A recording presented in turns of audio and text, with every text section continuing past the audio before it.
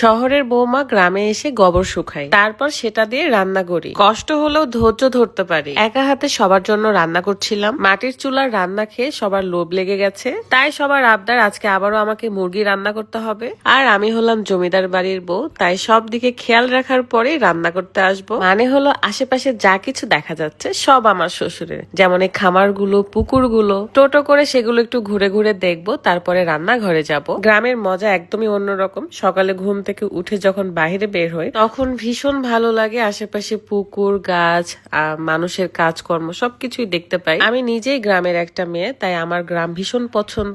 আর ভাগ্যক্রমে আমার শহরে বিয়ে হয়েছে, তাই আমি কখনো অতীত ভুলে যাই না, কারণ অতীতে আমার সুখের স্মৃতি, দুঃখের স্মৃতি সবই আছে, যা মনে পড়লে আমি সামনের দিকে আগাইতে পারি। আমি আজকে আমার পছন্দের একটা 3 পিস পরেছি, একটু সুতির ওড়না, যেন গ্রামের মধ্যে সুন্দর করে ঘুরে বেড়াতে পারি। এই সুন্দর 3 পিসটা আপনারা পেয়ে যাচ্ছেন রোজা ফ্যাশন ফেসবুক পেজ থেকে। পেজটা ভিডিও ডেসক্রিপশনে আছে। এখানে আমার চাচি শাশুড়িদের গোবরের ঘুটা নেড়ে দেওয়া ছিল, সেগুলো আমি নেড়ে নেড়ে দেখছিলাম। যাই হোক, অনেক রোদ বাহিরে, আমি এখন রান্না বান্না শুরু করি, কারণ প্রায় 10-12 জনের রান্না করতে হবে। রোজা ফ্যাশনের প্রত্যেকটা ড্রেস আমার কাছে অনেক অনেক ভালো লাগে, অনেক কমফোর্টেবল এবং সুন্দর। আপনারা তাদের পেজে ভিজিট করে আপনাদের পছন্দ মতন শপিং করতে পারেন। গল্প করতে করতে মুরগি কাটা বাছাও শেষ। দেখেছেন আমি কত ফাস্ট কাজ করতে পারি এবং নিখুঁত কাজ করার চেষ্টা করি। চলেন এই সুন্দর ব্লগটা দেখার আগে একটু দেখে আসি যেভাবে আপনি আপনার ওজন কমাতে পারবেন, মানে এই অর্গানিক স্লিমিং টি। এই চাটা খেলে আপনার শরীরে যে এক্সট্রা চর্বি থাকে সেটাকে শুষে নেয় এবং আপনাকে স্লিম রাখে, সাথে ওজন কমায়। প্রতিদিন সকাল এবং রাত্রে এটা আমি খাই এবং ফুটন্ত পানিতে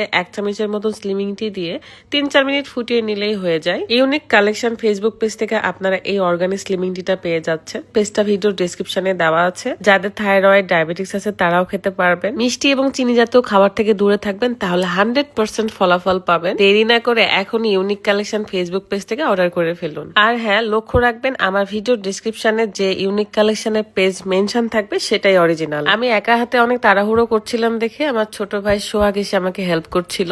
তাকে বললাম চুলাটা ধরায় দাও তো ভাই। 2-1 জন আসলে একটু হেল্প করলে কাজটা আরো সহজ হয়ে যায়। গ্রামে রান্না করতে আসলে আসলে অনেক কাজ করতে হয়, কারণ শহরের রান্নাঘরে তো সবকিছু একটা জায়গাতেই থাকে, আর গ্রামে আসলে রান্নাঘরের কাছে সবকিছু মানে বহন করে নিয়ে আসতে হয়। দৌড়াদৌড়িটা অনেক বেশি করতে হয় আর কি। যাই হোক, এখন রান্নাটা করে ফেলি। এখানে আমি মুরগির মশলাটা ভালো করে কষিয়ে নিচ্ছিলাম, কারণ পোল্ট্রি মুরগি একটু ভালো করে কষায় না রান্না করলে গন্ধ থেকে যায়। খামারে লেয়ার মুরগি রান্না করতে চেয়েছিলাম, কিন্তু লেয়ার মুরগি আমার হাজবেন্ড খায় না, কারণ নিজের খামারের ডিম বা মুরগি এসব খেতে পারে না। সে রাতকে ডিম বাইরে থেকে কিনে খাওয়াইতে হয়, সে আসলে নিজের খামারের ডিম খেতে পারে না, আমি জানি না কেন। এ কারণে পোল্ট্রি মুরগি রান্না করা হয়েছে, দেশি মুরগিও রান্না করা হবে। আমাদের বাসায় সব কিন্তু ফ্রেন্ড সার্কেল ঘুরতে আসছে, কিন্তু আমি কাউকে কষ্ট করতে দিই না। তারা যেহেতু আমার শ্বশুরের গ্রামের বাড়িতে ঘুরতে আসছে, সো আমি তাদেরকে কখনোই একটুও কষ্ট করতে দিব না।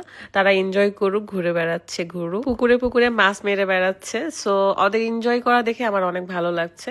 তো আমার এতটুকু কষ্ট করতে খারাপ লাগতেছে না। রান্না বান্না মোটামুটি শেষ, ভাজি ভর্তাও করা হয়েছে। সো আমি একটু ঘুরতে বের হলাম আবারও, কারণ আশেপাশের খামারগুলো একটু দেখতে যাব। অনেকদিন পর যেহেতু আসছি, অনেক মাস আগে আমি একবার এখানে এসে বলেছিলাম যে আশেপাশে যা দেখা যায় সব আমার শ্বশুরের। জিনিসটা অনেক ভাইরাল হয়েছিল। যাই হোক, সবকিছুর জন্য আলহামদুলিল্লাহ, আল্লাহ ভালো রাখছে। আপনারাও ভালো থাকবেন, দোয়া করবেন। আল্লাহ হাফেজ।